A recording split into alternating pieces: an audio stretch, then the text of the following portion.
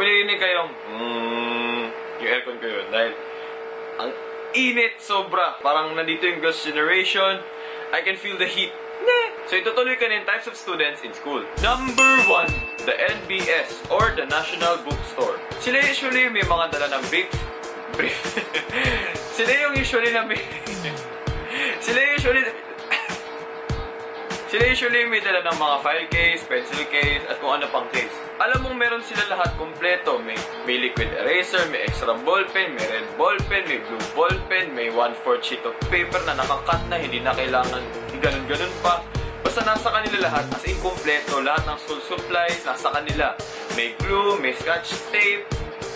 Ano pa ba? Basta lahat ng mga klase mo sa kanya humihingi. Or kung ikaw ay isa sa mga NBS, gusto ko sana magpasalamat sa iyo dahil kung wala ka sa school, wala kaming papel, wala kaming scotch tape, wala kaming liquid eraser, wala kaming ballpen, di kami makakapag-take ng quiz. Basta salamat lang talaga sa iyo, bro! Number 2, the cheetah. British for the cheater. The cheater, sila yung... Alam nyo na, sila yung parating na umopya. Hindi ko alam kung ano ba yung hindi mo mag-get sa lesson o ba't hindi ka nag-aaral. Please lang mag-aral ka. Kami, nag-aaral kami, tapos bibigay lang namin sa iyo yung sagot, parang unfair naman. Tapos ang mahirap pa nun, pag... Ano ba?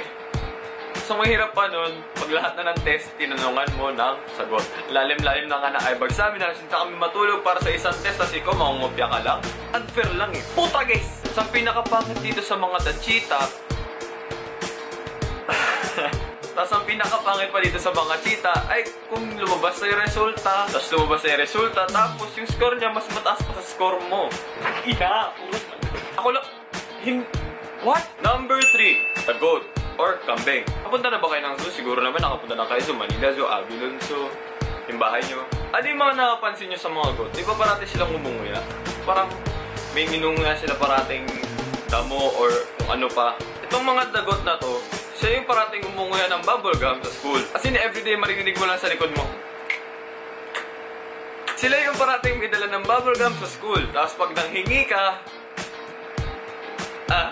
pero kung isa ka sa mga dagot, tip lang, pag magdadala ka ng bubblegum, magdala ka ng walang laman, saka may laman. Tapos pag may nanghingi sa'yo, ipakita mo yung walang laman. Para dito sila manghingi sa'yo. O, diba? #wise.